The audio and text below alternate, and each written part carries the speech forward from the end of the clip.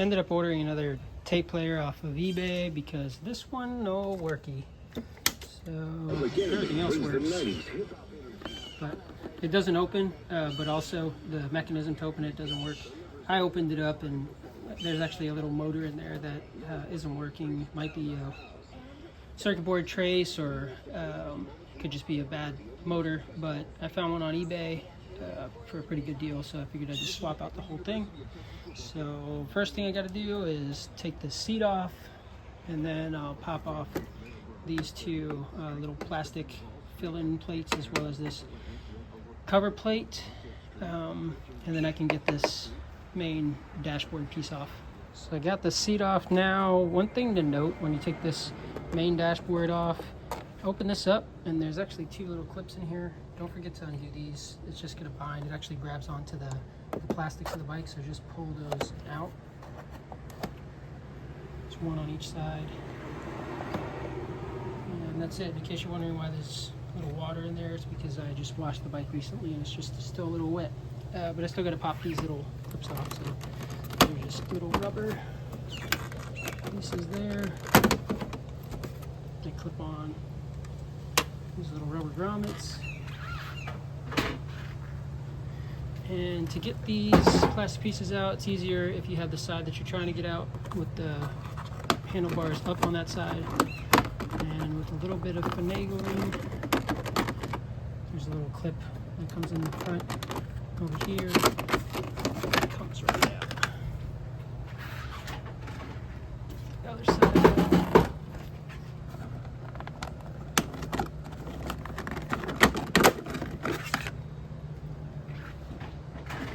And now with these two done, all I have to do is get these 10 millimeters out, and this will come right back right out. All right, so I got those two 10 millimeters out here. Just disconnect this so it doesn't come with it. And I'll give this a little turn also, because it's going to make it easier to get these two sides out together. I have a little rag out here because once this does come out, I'm going to try not to scratch up the whole face of this radio, which I actually do have the cover also. I'll probably put that on here in a second. But this lifts up now. And I'm actually going to need both hands for this because I don't want to scratch everything up with the little clips over here on the side. But this will, it's loose already. It'll pop right out. So I just plugged in this new one. I don't have the radio cable. By the way, to disconnect this, there's the three connectors there. The third one's up here on the top. And then this is the antenna. And also, can't see if this is the old one. There's this green, I guess it's a ground that connects to the base there.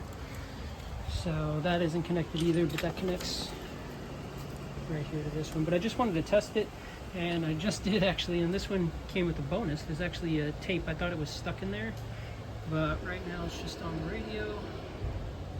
So if I turn it onto tape,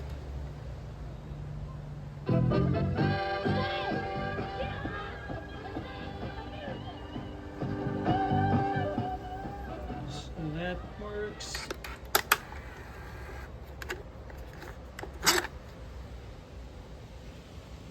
We've got Sly and the Family Stone greatest hits. Dance to the music. All right. Hey, how's it going, man? All right. How are you? So I had a visitor stop by. I wanted to chat about some of my vehicles, but as I was saying, it seems like this is working perfectly. The only thing is this one comes with this chrome faceplate, which I'm not really crazy about personally. Also has these chrome buttons. So I'm gonna remove the whole cover of this one and swap it with this one, which is almost perfect because it's been covered up. So I'll do that real quick. I'll take a couple pictures and videos along the way, but it's pretty straightforward. I've already done it. Basically, I'm not going to tip it all the way over. Basically, there's 5 screws on the cover of the back, plus those 2 there, and then there's 2 more down where the connector goes. And then this whole plate, this whole cover plate comes off. Sorry for the noise in the background. this whole cover plate will come off. After that comes off, then you can get to the 4 screws that hold this top plate on. So I already have the new one that I'm going to be using. I already have that put together with the new faceplate. Now I just got to put the old faceplate together.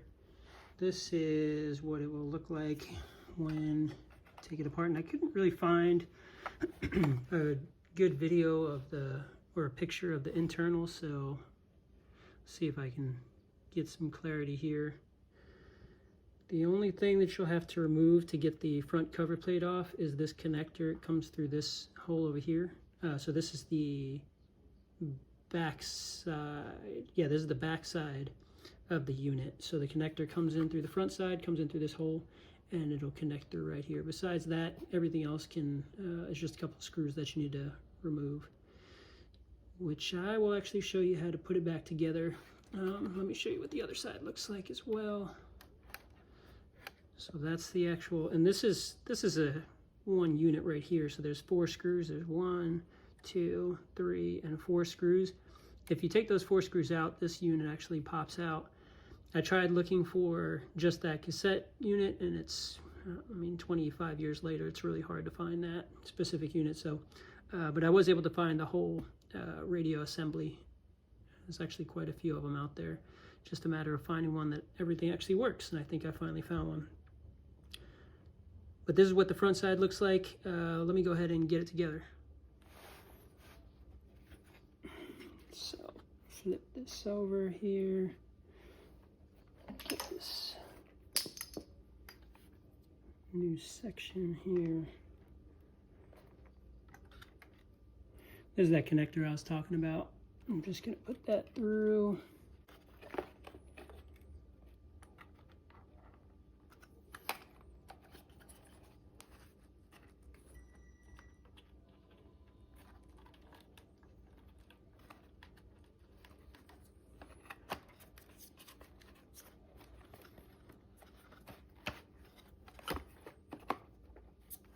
A little button here that keeps the top from popping off also. Just press that. This only fits on one way. So now there's 4 screws. There's 1, 2, 3, 4, and that's what holds on the cover plate. Some of them are kind of tricky to get into or get the screw into. Get some tweezers or some nail that'll make it a lot easier.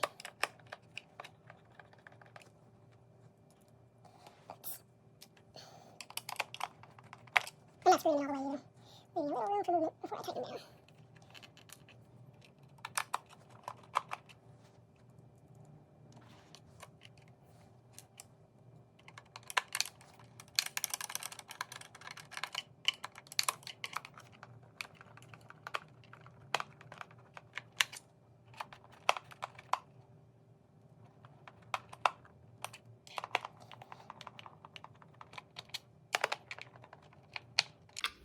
Alright, so now I can get that cover plate on, just slip it underneath here, and it goes right around these connectors in the front.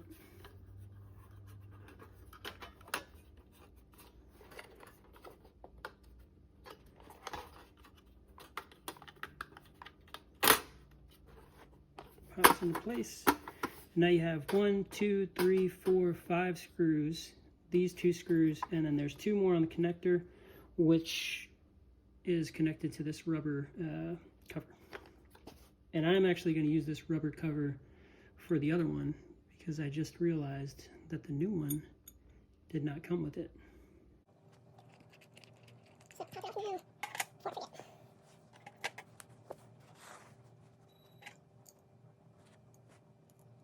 Smaller black screw goes in the center. And the 4 gold ones will go in the corners.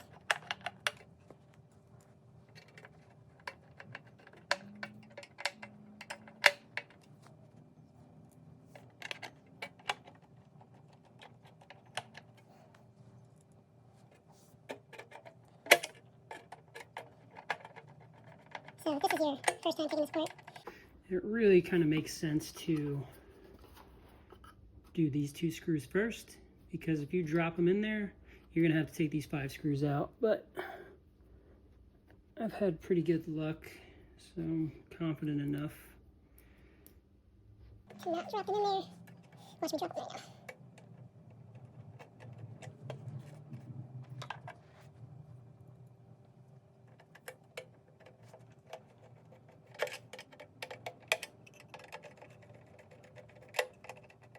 And then lastly, we have this connector. The hook faces the top.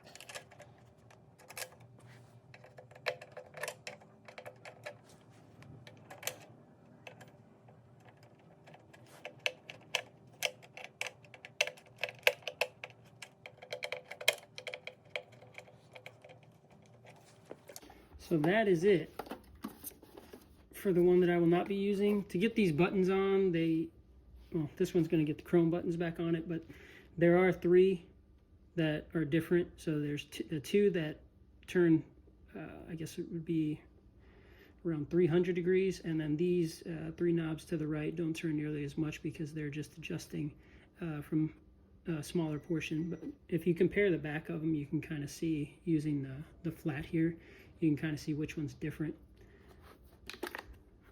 But let's see if I can show you what I mean. So this one here, see, that's the max that one actually turns. So that's actually correct. And then see if we can find another one. So the 2 dots are at the top right now. If you can see those 2 dimples. And if I turn them over, these are identical. So these 2 are either right here or right here at this point. Let's see. Nope, this one turns 360 or 300. So this would be one of the volume knobs. This is another volume knob, which could only mean that the other 2 are for these last tone and what is it, tone and ABC knob.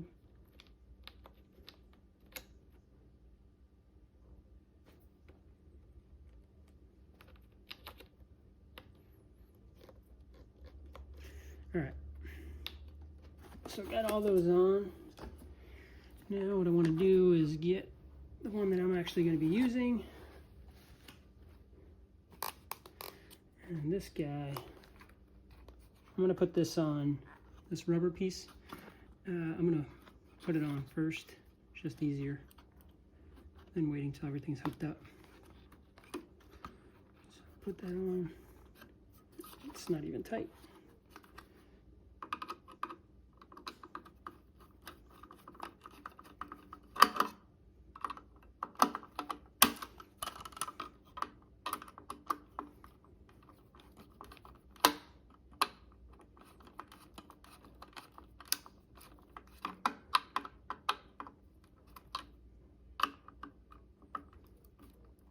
There we go.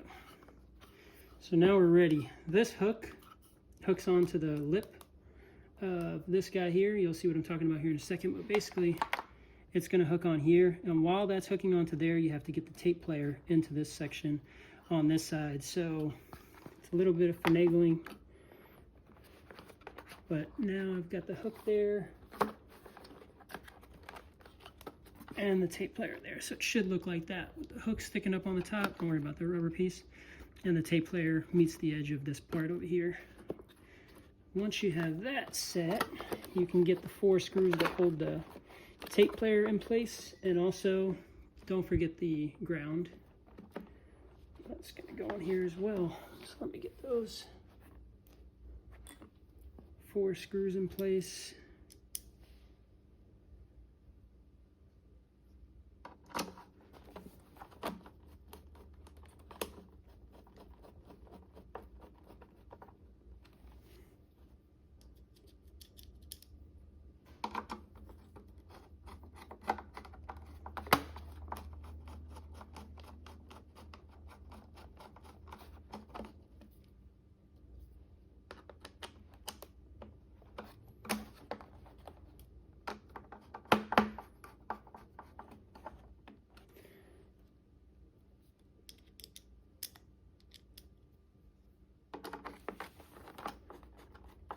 And the ground is going to go on the left side of the bike, which this is upside down, obviously. So it's going to go on the left top, which is right up here.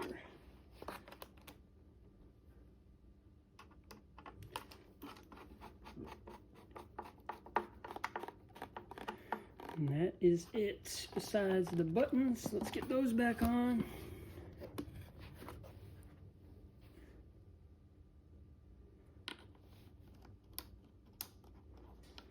Got lucky there.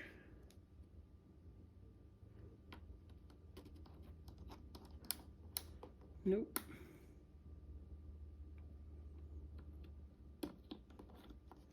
There we go. All right, had to step away for just a minute, but I think I got that one correct. Now, two more. Nope.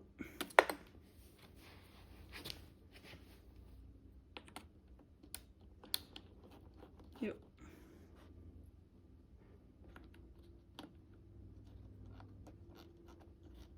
All right.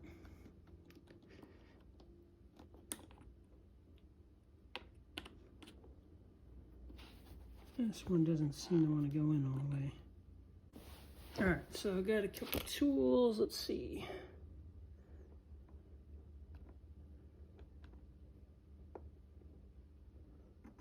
Oh, there it is. So this is the insert that was stuck on there, which is also needed for the other one, because that would not work very well to stay on there.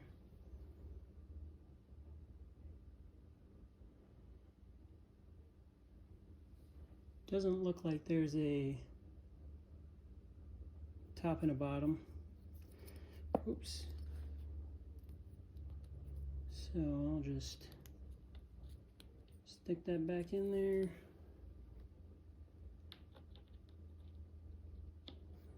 Fits on the old one much better now, by the way. All right, so now let's try it. Yeah, there it goes. So I wasn't sitting flat before. It was sitting a little bit proud of the other knobs. It just felt a little bit wobbly, so it obviously just wasn't being seated. And that clip kind of explains why. So now they all sit the same level. All right, now we're ready to get this back on. I'm gonna remember to put my volume down before I plug it in. All right, so I have the radio hooked back up. I don't have it in place yet, obviously, but all the wires are correct. Just wanted to do a dry run here, and that's sticking a little bit, which is fine. It's just sticking here. Probably just shimmy it a little bit here in a second. Let's get this tape in there.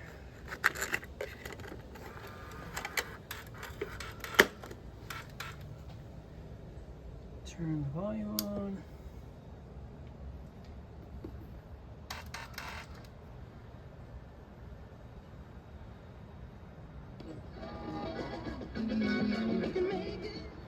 All right, that's the tape playing right now. That's the end of a song. I don't know how to use this thing. The reason I got it is because, and I know there's better options out there. I know about the FM modulators and all the other options to add a frequency so you can play Bluetooth. But I just wanted something that was, first of all, I wanted everything to work on this bike. I don't like having a bike and saying, oh, everything works except for. So now I could say everything works on this bike. But the other thing is they sell those little cassettes that have the Bluetooth built into them. So I'll just use that if I wanted to play something Bluetooth. But yes, there is options that you can either plug into the actual antenna line that have great clarity. There's some people that have welded, or excuse me, not welded, soldered frequency modulators onto the actual circuit board. But there's a few other options that you can do. All right, so I got everything put back together. Mosquitoes are starting to get crazy out here. There's the radio. And there's a tape player. So everything works. Thanks for watching. And yeah, I'll bring you along next time I have the project. So please make sure to go ahead and subscribe if you like Goldwing or Boxster or 54 Chevy or 97 Dodge Viper, any of the projects that I do. That's a 72 Chevelle over there. And I have a couple motorcycles in the back as well. So if you're interested, let me know. Let me know if you'd like to see if there's anything else you'd be interested in. All right, thanks for watching. Bye.